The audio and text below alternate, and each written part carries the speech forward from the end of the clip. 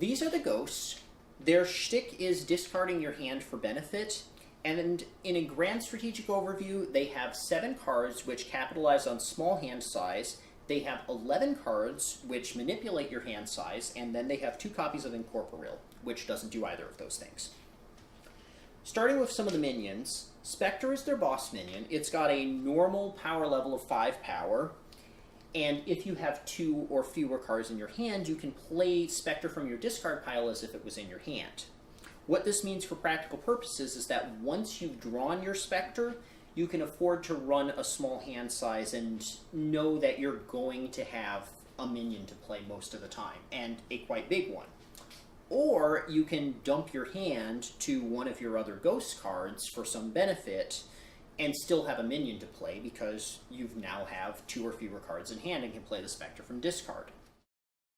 Haunting is their 4, and it's a printed 3, but if you have 2 or fewer cards in hand, it becomes a 6, which is unaffected by opponent's cards. And there's a similar action over here in Door to Beyond, which you play on a base, and if you have 2 or fewer cards in hand, all your minions there get +2. These cards can either be played to generate a huge burst all at once, or you can play them ahead of time to threaten a burst that hasn't happened yet. Against many opposing factions, if you're going to play a Haunting ahead of time like this, it's very nice to have Incorporeal play on one of your minions. This minion is unaffected by your opponent's cards, because in order to generate a big burst effectively, you want to play the Haunting as a 3 and then turn it into a 6 later. But while the Haunting is a 3, it can be affected by your opponent's cards, and most opponents really, really like to kill Hauntings because they know that those things grow and get huge.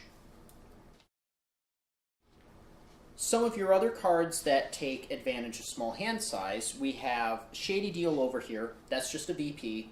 It's nice. It's really nice in 2-player. It's somewhat less nice with 3 or 4 players. And it's super nice if you had 14 VP at the start of your turn. And Seance, which just gives you a hand refill up to 5 cards if, when you play it, you have 2 or fewer cards in your hand. The last card that takes advantage of a small hand size is Make Contact, and this one looks really powerful. It's not quite as useful as it looks, and it's super awkward to play. I don't get much good use out of it because in order to play it, you have to have an action play available, and it has to be the last card in your hand. And most of the time, if I can pull that off, yes, gaining control of an opponent's minion is terrific, but a lot of the time, actually breaking a base and scoring victory points tends to be even better. And most of the time, if I can activate my Make Contact, I can also just break a base and score VP directly, and I tend to do the latter. Coming over here to some of the other minions, well, first off we have Ghostly Arrival. You can play an extra minion and or an extra action, and by playing this and an extra minion without using up your action play, you can essentially lower your hand size by 2, as well as generating additional power from the extra minion play. Spirit and the Dead Rise are cards that you can use to discard a lot of cards. As far as Spirit is concerned, you need a minion in play with the correct amount of power for the number of cards you want to discard. If you need to discard 4 cards, there'd better be a 4-power minion in play. Spirit can target itself. Spirit can target minions that cannot be destroyed. You discard cards equal to their power, attempt to destroy them, and fail to destroy them. The Dead Rise, you can discard any number of cards. This can include your entire hand, play an extra minion from your discard pile with printed power, less than the number of cards you discarded. If you remember Mimic from the Shapeshifters, Mimic works really, really well with the Dead Rise. And over here, Ghost can adjust your hand size downward by 1 if you want. Most of the time, if I'm going to be playing Ghost, I'm sitting there, I have to sit there, think about what my options are on the next turn to figure out, is it good to discard a card I don't really want or not? A lot of the time it depends on what different options I might have for Spirit plays on my next turn, and Ghost is a card that experience will help you use correctly. And our last card is Across the Divide, which just lets you return any number of minion cards from your discard pile to your hand that have the same name. I had to double check to make sure it was only minions. And this can be a great hand size adjuster if you just need a bunch larger hand size in order to kill something big with a spirit. You can return your ghosts or your other faction's 2-power minions. Or if you've just done huge bursts involving your hauntings and you've played both your hauntings out, now you can play across the divide, get both hauntings back in your hand, line them up with a ghostly arrival so you can play them in the same turn, and now you've got another huge burst coming up. And now let's look at some tactics where we put these cards together to get some practical use out of them. Here's a specific example of the ghost delivering a very large burst. We have a base that's sitting at 3 plus 4 makes 7 out of 22 power, 15 away from its breakpoint. And we also have a conveniently placed 3-power minion sitting on some other base.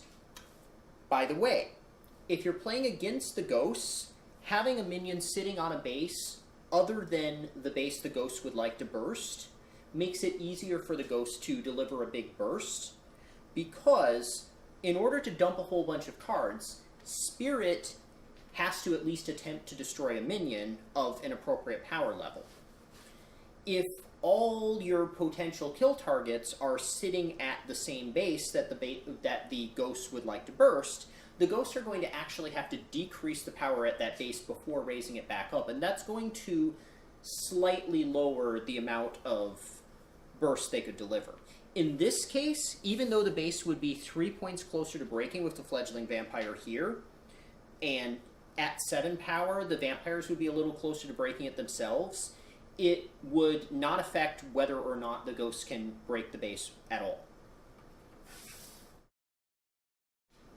This also means that if you're playing the ghosts with a movement faction, you can try to either move an opposing minion to an inactive base so that you can kill it with Spirit later without decreasing the power at the main base, or you can play a minion at one base, wait for your opponent to play something there, and then move that minion to another base, leaving your opponent's minion stranded at the other base.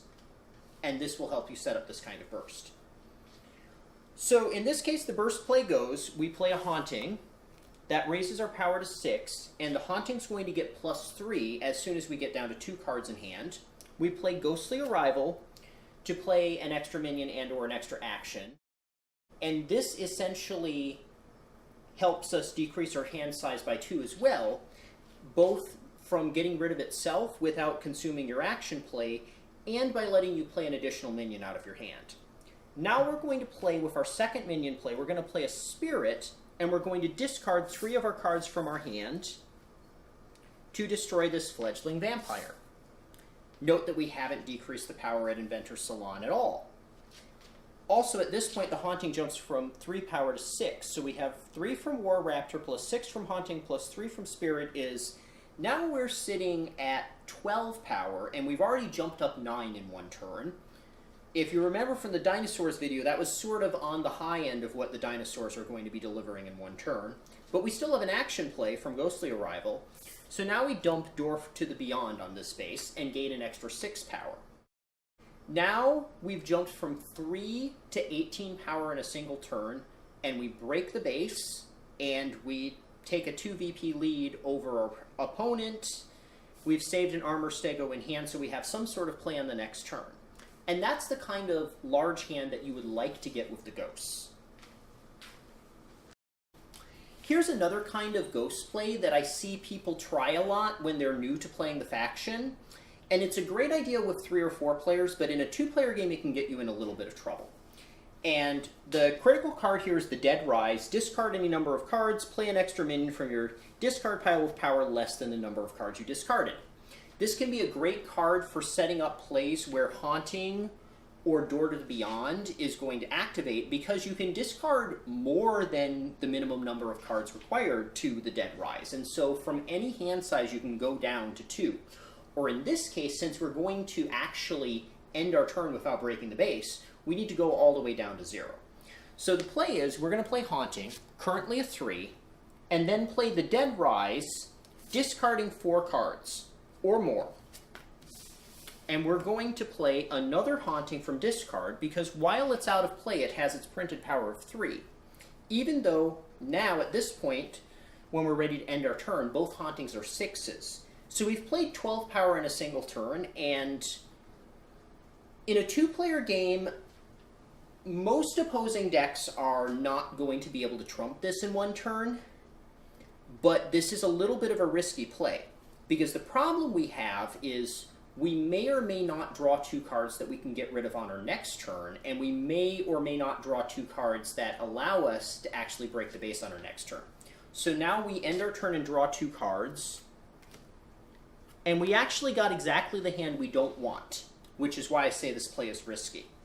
These are both minions. We can't play them both in the same turn, and so if our opponent doesn't let us break the base on our next turn, we're going to have to let these Hauntings drop back to 3 power. And that's one reason why some players who try this kind of play with the Ghosts get themselves in trouble in 2-player games. Now, if there are 3 players or more in this game, 2 victory points for second place here at Workshop is valuable enough that one of them should play at least 3 power at Workshop to try to get that victory, those 2 victory points. In a very rough sense, 3 minion power tends to be worth about a VP if you play it at a base that will actually break. So 2 VP for 3 power is a very good deal that you're offering your opponents. And in this case also, we have Spectre in our discard. Since we have 2 cards or fewer in our hand next turn, everyone knows that we can produce 5 more power on our next turn and go to 17. So everyone knows in this game that if they play a total of at least 3 power between them, this base is going to break on our next turn. So in a 2-player game, our opponent might decide to test us and see if we've drawn something good by, just playing at some other base and asking, do you in fact have a hand you can dump? Because I can't beat 12. And in this particular position, the Ghost player would actually be a little bit busted. Because all of these are going to place them at either 9 or 11. I think 11 is a little better than 9 if they play there. In this case, with this hand, though, I would probably just play the Spectre at the second base, draw 2 more, and cry as I've now left 2 Hauntings in play. And I may not, with this hand, be able to activate the Hauntings for some time. Now, as you can see from the numbers over here, the Ghosts are in general not a great faction with most possible partners. But they are a very unusual faction, and because they're so unusual with their emphasis on trying to end your turn with a small hand size when you make a big play, if they have the right partner faction, they can way, way overperform these numbers. And I think this is a good time to explain what this 1377 actually means. Roughly speaking, it means that if you played the Ghosts with random partner factions against 2 random opposing factions, over the course of a 12-game match, on the average, they would win 5 and lose 7. Now, that's 6th worst out of 50 factions right now, but it's still, 5 to 7 isn't a very bad loss. And so you can see how, if you can find some way to leverage the Ghost strong points better than the partner faction would be able to leverage somebody else other than Ghosts, you can end up with Ghosts actually being quite good. So if you play in a group where you tend to play with drafts that have exactly 2 factions per player or play with random factions, the Ghosts are roughly going to equate to these numbers here. If you play, however, in a group that allows much more than 2 factions per player to pick from, then once you learn how to play the Ghosts, they're actually going to become quite a good faction, and I don't have a list that reflects how good factions are in this situation, partially because I consider that to be sort of a very broken situation for Smash Up. Your mileage may vary. So what makes a good or a bad Ghost partner? Well, I'm going to start with a couple things that really don't work. There's a set of at least 3 factions, Steampunk, Apes, and Thieves come to mind, that like to line up a combo in their hand that lets them drop somewhere in the range of 7 to 12 power a turn over a few different turns. And this turns out to be a pretty effective strategy in a 3 or 4 player game. It's a little less effective with 2 players because your opponent can play around the combo or try to force lots of action to happen before you've drawn it, but this really does not fly with the ghosts. Because as soon as you've got at least 3 cards you want to keep for your combo in your hand, now if you want to play the ghosts as the ghosts, drop down to 2 cards and gain the benefit of being at 2 cards or less, you can't, unless you want to screw up your partner faction. And this really just leads to situations where every play you could make ends up giving up something that you needed to make both your factions perform normally. The other family of factions that you really don't want to play with the ghosts are factions that specialize in having answers to your opponent's questions rather than posing questions themselves. Aliens comes to mind as something where you really want to hold on to terraform or crop circles until the best moment. But really, any control-based faction is going to be awkward to play with the ghosts. That doesn't mean that none of them work, but just that if a faction, aliens, kitty cats, even geeks, is generally control-based, it's usually going to get a little bit worse when you pair it with the ghosts. Now, if you really, really want to make your ghosts super, ooper, duper happy and win the game while you're at it, there's 2 main types of things you can provide them with.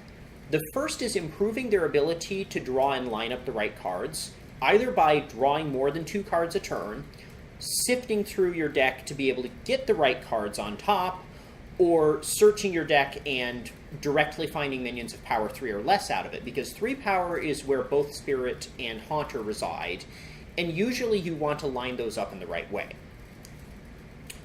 The second way is just to improve your ability to dump a big hand all at once for major benefit. And this means that you don't need to line up as many different ghost cards in order to do a big burst. So for some partner factions that help provide these things, Wizards is one of the less impressive ways to provide the ghosts with card draw. It's very well known, it's very popular, but I really don't think it's all that great. You get lots of card draw spread throughout the faction, but the card draw is spread over several different cards, and the -1 to all dominions that would normally have 3 or more power really, really hurts their ability to help the ghosts do a big drop. Yes, they have Summon, but Summon is not all that great a card in the context of the Wizards because of the 7 missing minion power. Also, Neophyte is a card that I used to love, and I have liked less and less the more Smash Up I've played, because revealing the card can sometimes really suck, and it seems like a lot of the time in critical moments, it just reveals the wrong card from the top of the deck. On the other hand, if you want to go with a relatively old faction that brings a lot of card draw, Plants can be a more effective way to get this. Now, Plants card draw itself is of absolutely the worst sort. It's uncontrolled, it happens at the start of your turn, and your opponent can control to a large degree whether you're going to get to draw a card from Water Lily or not, assuming your opponent has some way to remove Water Lily from play.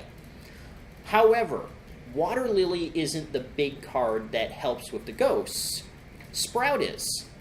Sprout can search for a 3 or less power minion out of your deck, which is exactly what the ghosts want in order to need 1 fewer of Haunter or Spirit in their hand to line up a big burst. And so in this way, the ghost plants can really help the burst side of the equation as well as just the card draw side. And the fact that they have 2 copies of Instagrow and 1 of Blossom doesn't hurt matters either.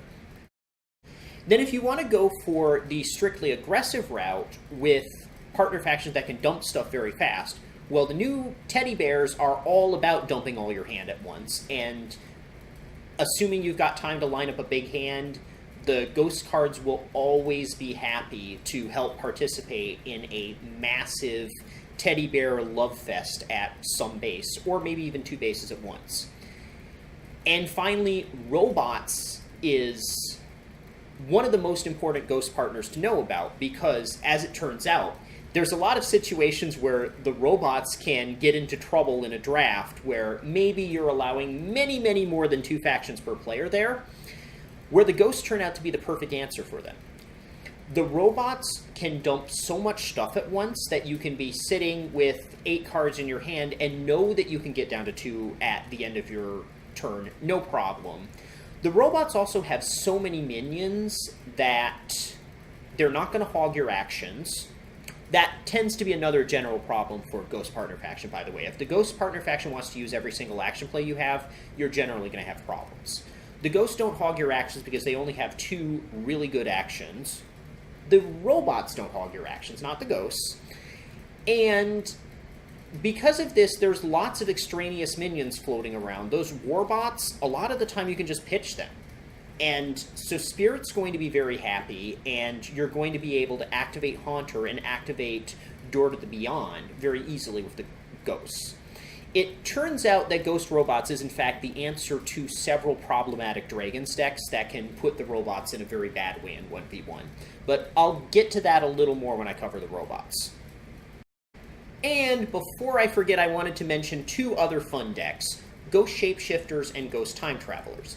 These are both pretty average-ish decks, but I think they're a lot of fun.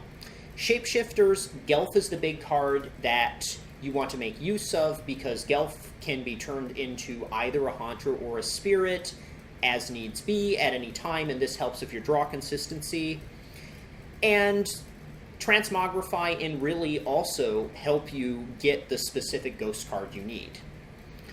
And the Ghost Time Travelers, I know I told you that control factions are bad, but the Time Travelers don't always have to be played as control.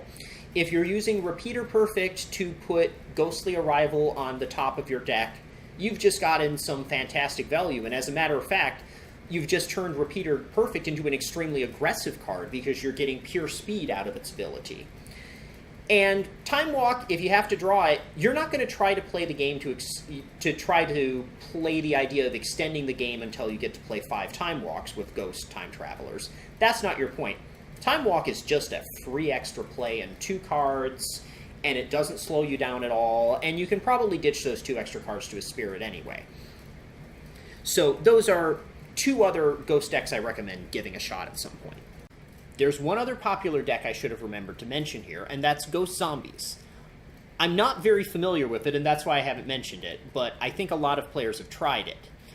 In a 2-player game, I would expect it's a pretty good deck, but both Ghosts and Zombies are a little bit prone to having brick draws early. That is just draws where you can't do much of anything, and so I would guess the deck is good but inconsistent. In a 3 or 4-player game, it's a Zombies deck. Zombies decks tend to win 3 and 4-player games. So in those situations, it's a great pair.